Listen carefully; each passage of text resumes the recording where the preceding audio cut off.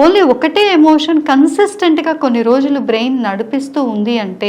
ఆ ఎమోషన్ వల్ల వచ్చే హార్మోన్ చేంజెస్ ఏమైతే ఉంటాయో బాడీలో, ఆ కార్టికోస్టెరాయిడ్ హార్మోన్స్ కానివ్వండి, స్ట్రెస్ హార్మోన్స్ కానివ్వండి, ఈ బ్రెయిన్ హార్మోన్స్ డోపమైన్ కానివ్వండి, సెరటోనిన్ కానివ్వండి, వీటిల్లో ఉండే ఇంబ్యాలెన్స్ కానివ్వండి, ఇవన్నీ కూడా కలిపి సిస్టమ్ మీద పనిచేస్తాయి. ఆకలిని తగ్గించడం, లేదా ఎక్కువగా ఆకలిని పెంచడం, లేదా ఎక్కువ డ్రౌజీ క్రియేట్ చేయడం, లేకపోతే అస్సలు నిద్ర పట్టకపోవడం, లేకపోతే చీటికి మాటికి చికాకు రావడం, ఆ ఓపిక అనేది పోవడము, తర్వాత వీక్నెస్ రావడము, ఏదైనా పని చేయాలంటే ఇష్టం లేకపోవడము, ఫెటీగ్ అంటాం దాన్ని, అంటే త్వరగా అలసిపోవడము, బద్ధకంగా ఉండడము, పొద్దున్న లేస్తూనే ఆ ఎనర్జీ లెవెల్స్ లేకపోవడము, నైట్ టైం ఎక్కువసేపు మెలుకొని ఉండడము, వీటన్నిటి మూలంగా బాడీలో మన డైజెషన్ నుంచి స్టార్ట్ చేసుకుంటే